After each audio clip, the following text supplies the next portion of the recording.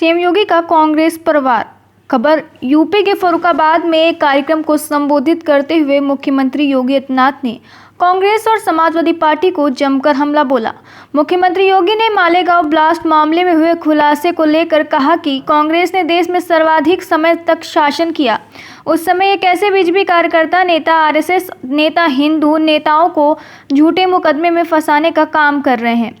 आपने मालेगांव विस्फोट में देखा होगा, कांग्रेस की शरारत देश के खिलाफ अपराध है और कांग्रेस को माफी मांगनी चाहिए। अधिकारीगण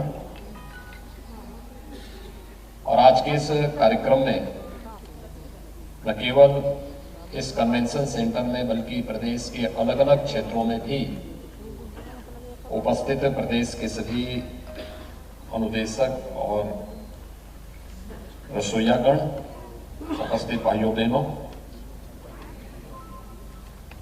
आप सब ने भी अपना अनुभव यहाँ पर बताया है। क्या आप लोग कार्य कर रहे हैं, इन सभी बातों को बहुत नजदीक से पिछले 4.5 वर्षों के अंदर मुझे देखने का अवसर प्राप्त हुआ है। जन विश्वास यात्रा के स्वागत में उमड़ी हजारों की भीड़। पाली हरदोई में मंगलवार को भारतीय जनता पार्टी की जन विश्वास यात्रा पाली पहुंची, जहां पर भारी संख्या में भाजपा समर्थकों ने जन विश्वास यात्रा का स्वागत किया। यात्रा में कैबिनेट मंत्री जितेंद्र प्रसाद, बलिया सांसद नीरज शेखर, राज्यसभा सांसद संजय सेठ मौजूद रहे। जन विश्वास यात्रा के स्वागत बड़ी धूमधाम से किया गया। सवाईपुर विधायक मानवेंद्र प्रताप सिंह ने भारी समर्थकों के साथ यात्रा का स्वागत किया एवं मुख्य अतिथि का माला पहनाकर उनका स्वागत व सम्मान किया। इसके अलावा भाजपा नेता अंशुमान सिंह भी अपने समर्थकों सहित जनविश्वास यात्रा के स्वागत कार्यक्रम में नजर आए। उन्होंने यात्रा के ऊपर पुष्प वर्षा करके यात्रा का स्वागत किया।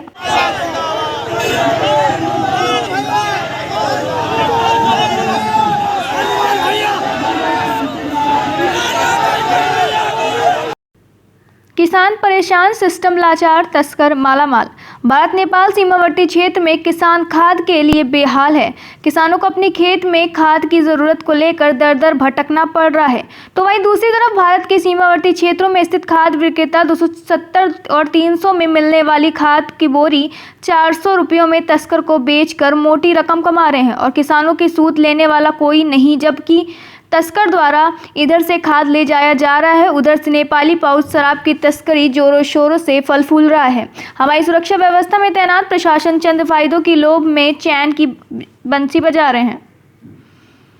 सराय के ग्राम रूपनगर में प्रधान श्री राधेश्याम वर्मा की हत्या हुई थी, जिसमें अभियोग पंजीकृत किया गया था। 4 लोग नामजद थे और तब से लगातार पुलिस की अलग अलग टीमें अभियुक्तों को गिरफ्तारी के लिए लगी हुई थी। कल जो है मुखबिर के द्वारा सूचना दी गई कि उनमें से एक अभियुक्त भागने की फिराक में है, जिस सूचना पर पुलिस टीम महाराजगंज सराय और एसओजी की हमारी टीम इनके द्वारा खाराजार नाले के पास में उसको ट्रेस किया गया और वहां पे पुलिस को देखकर अब बलरामपुर में प्रकृति की सफाई करने वाले गिद्धों का दिखा झुंड। बलरामपुर जनपद के विकासखंड हरैया सतघरवा क्षेत्र के अंतर्गत इंडो नेपाल बॉर्डर में नवगंजा बदरौलिया के बीच डोरवा नाले के पास प्रकृति के सफाई कर्मी कहे जाने वाले गिद्धों का झुंड देखा गया। प्रकृति के सफाई कर्मी कहे जाने वाले गिद्धों की संख्या कम होने को लेकर पर्यावरणविद चिंता जता चुके हैं। गिद्ध स्वच्छता के काम पर प्रमुख भूमिका निभाते हैं। एक रिपोर्ट के मुताबिक वर्ष 2015 तक पर्यावरण स्वच्छता के लिए करीब 25 बिलियन अमेरिकी डॉलर खर्च किए गए थे। इनकी संख्या कम होने से चूहों की संख्या में अचानक बढ़ोतरी हो गई है। ऐसे में कई और परिणाम सामने भी आ रहे हैं।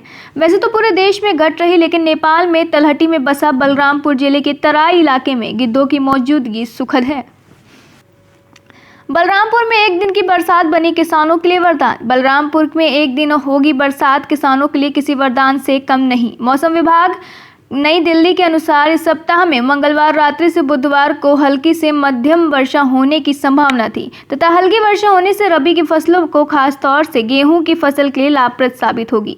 देर से बोई गई गेहूं की फसलों के लिए यह वर्षा बहुत ही लाभप्रद है, क्योंकि इस अवस्था में गेहूं की फसल ताज जड़ निकलते समय सिंचाई की बहुत आवश्यकता होती है तथा समय से बोई गई गेहूं की फसलों में भी कल्ले फूटते समय सिंचाई की आवश्यकता पड़ती है। क्षेत्र में मंगलवार से रुक रुक के बारिश होने से किसानों के फसलों का काफ़ी फ़ायदा हुआ है। ये संजीवनी फसल के रूप में संजीवनी वरदान हुआ है। इससे किसानों का अधिक पैदा बार से रुक कर हो रही वर्षा किसानों के लिए वरदान एवं संजीवनी साबित हुई है।